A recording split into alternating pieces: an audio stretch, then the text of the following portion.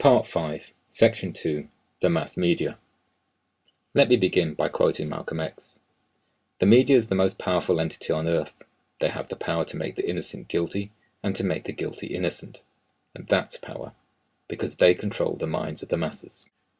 The mass media enhances and reinforces miseducation. For example, the recent case of the Mau Mau got snippets of media attention, but we were nowhere near to being educated about the full horror of British concentration camps in Kenya, the genocide happening there.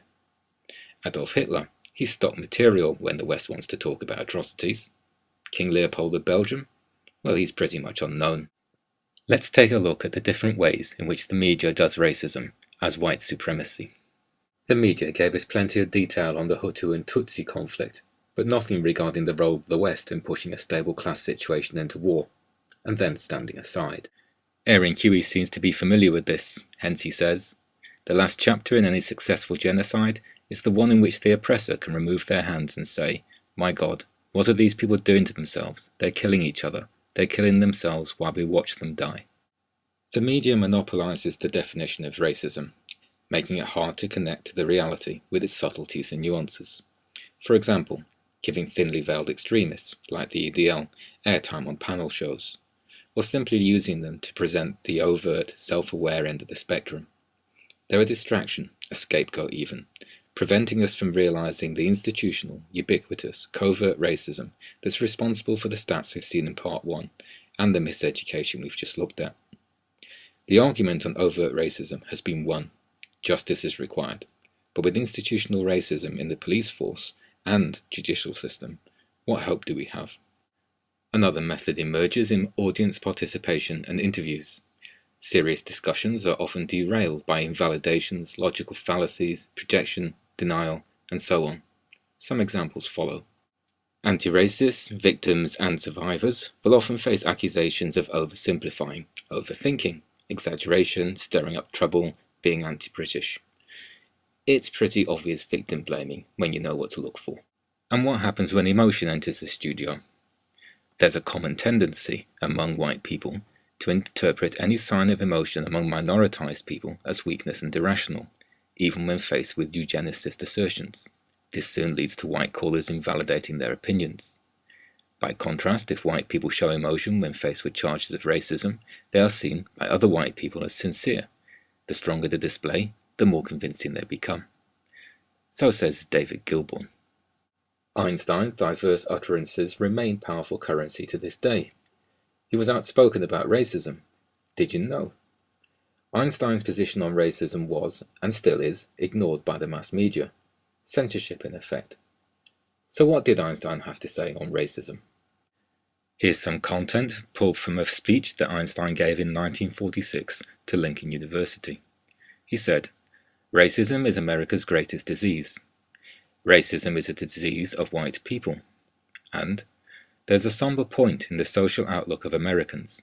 Their sense of equality and human dignity is mainly limited to men of white skins. Even amongst these there are prejudices, of which I, as a Jew, am dearly conscious. But they're unimportant in comparison with the attitudes of whites towards their fellow citizens of darker complexion. I can escape the feeling of complicity in it only by speaking out." And there's stereotypes and double standards. The mainstream media focuses on stories that feed or create fear, and also limited and/or limiting acceptable roles. So some examples for stereotypes: think crime and deviance, problems in the community, immigration, and for coerced acceptable roles, sport and entertainment. Here's some examples that are more subtle. Look out for them.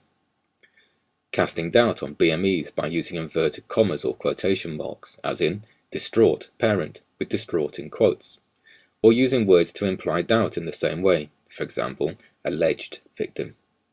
There's also clustering of stories.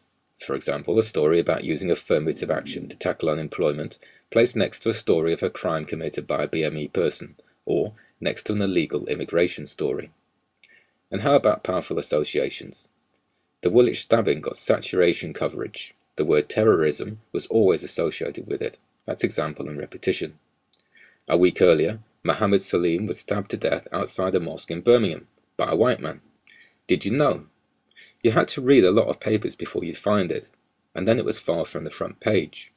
Furthermore, the word terrorism was never used to describe the crime, even though the anti-terrorism squad did the forensic investigation. And what of Luis Suarez and John Terry? The media often remembers Suarez's crimes, but rarely Terry's. Terry's case went to court. There was sufficient evidence for that. Suarez's case didn't. Suarez got the lengthier FA ban. Persistence pays. What is example and repetition training for artificial neural networks is conditioning for the social engineering of people. An example then, and this is something common in the media at the moment. In times of austerity, when the dominant group is feeling the pinch, the media often blame and victimize immigrants, and by extension, all non-white people. This is done with accusations of taking jobs, being a drain on the state, criminality, etc. Remember how pattern recognition devices are trained? By example and repetition. Remember the vulnerability exposed by the friend-enemy tank example? And so it's easy to see what Chris Jami means when he says, seemingly minor yet persistent things penetrate the mind over time, making it difficult to ever realize the impact.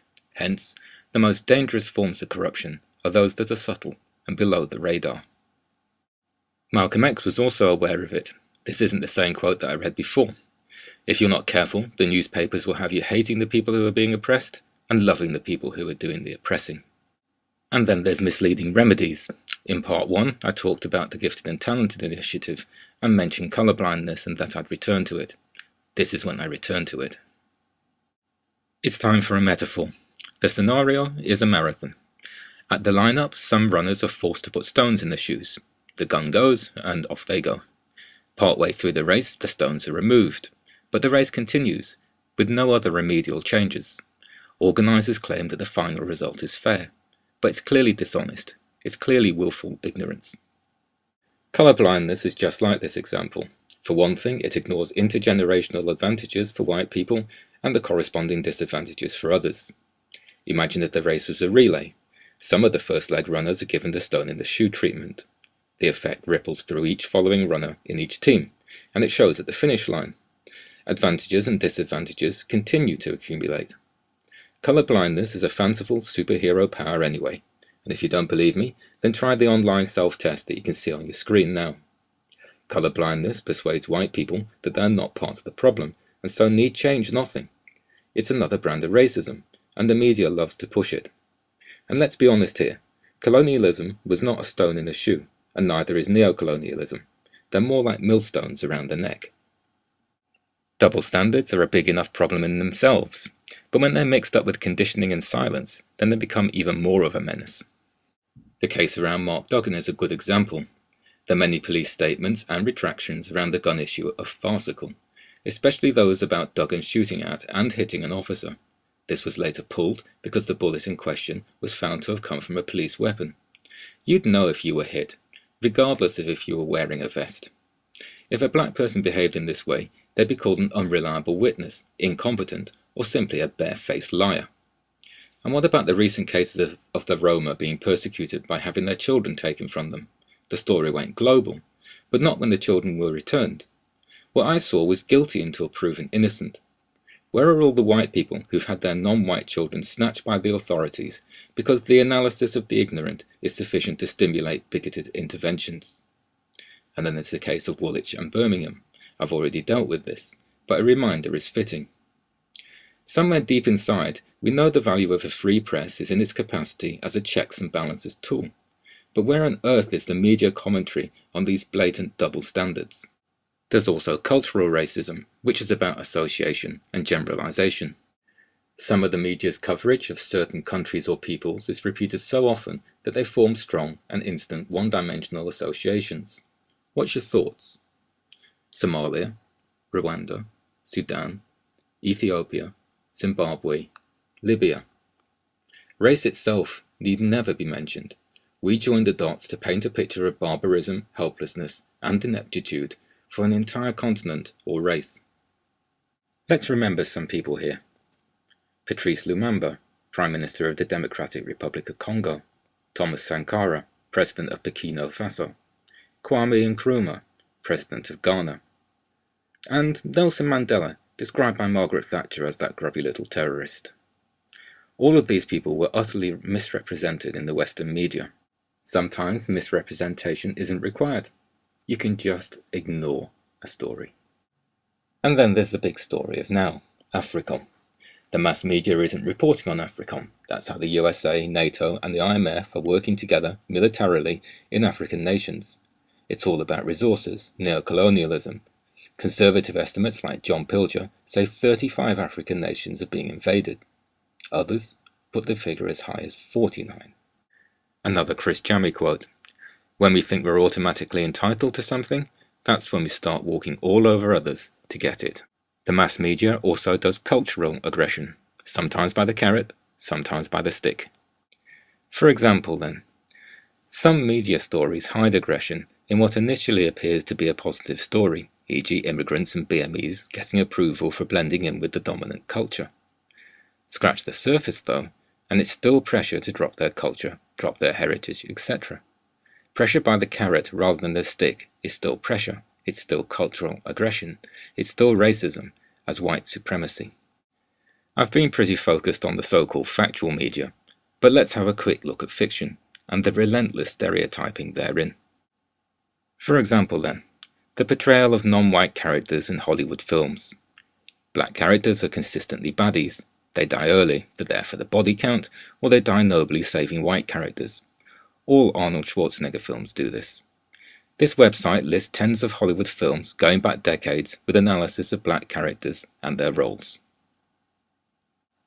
Of course, the media doesn't only deal in words and moving images, it also deals in stills, e.g. adverts. Here's a number of recent examples that were sometimes pulled for racism, but sometimes not. Here's some associations to look out for. Black people portrayed as less than human, primitive, animal, demonic, uncivilized.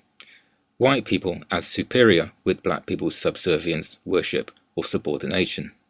Also look out for plain and simple whitewashing. And look out for associations of ugliness. This one speaks for itself, as does this one. Sometimes a word is used to hammer home the message. Back to the obvious again. And this is Nivea, letting us know precisely what it thinks natural African hair represents. Looks like worship, and it's also clearly saying the leaders have the brains and the followers have the brawn. Their function is reduced to the physical. This is a before and after shot selling a beauty product. These consistently push whiteness as the standard, in this case paler skin, straight hair. And another before and after, not even using the same person. The white towels help to contrast skin tones and hair colour, though you don't get any help with the hairstyles. And this is whitewashing. Watch the black man in the middle disappear. Ford in the UK did exactly the same thing, and while I can find the story in the media, I can't find the images. Lucky for Ford, hey? No explanation needed. The impact of the media, especially concerning stories or images that go viral, is different for different people. However, anti-racism researchers have advice, especially for white middle-class people. White middle-class people are usually the most secure and most privileged, so we're not usually the best judge of how these kinds of images will impact on the lived realities for minoritized groups. It doesn't matter how many degrees we have, or how absolutely passionate we are about civil liberty. White privileged folk aren't the only people to have insight into these issues, and in many ways there are aspects of these debates that we cannot know.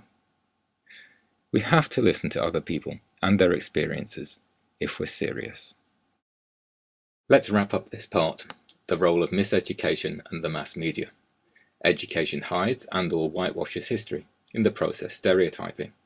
The mass media does the same, but also does a whole lot more, hiding causality, pushing poor definitions, shutting down discussion, censorship, double standards, direct stereotyping, offering misleading remedies, staying silent when outrage is appropriate, cultural racism, cultural aggression, hiding the big geopolitical stories, and a whole lot more.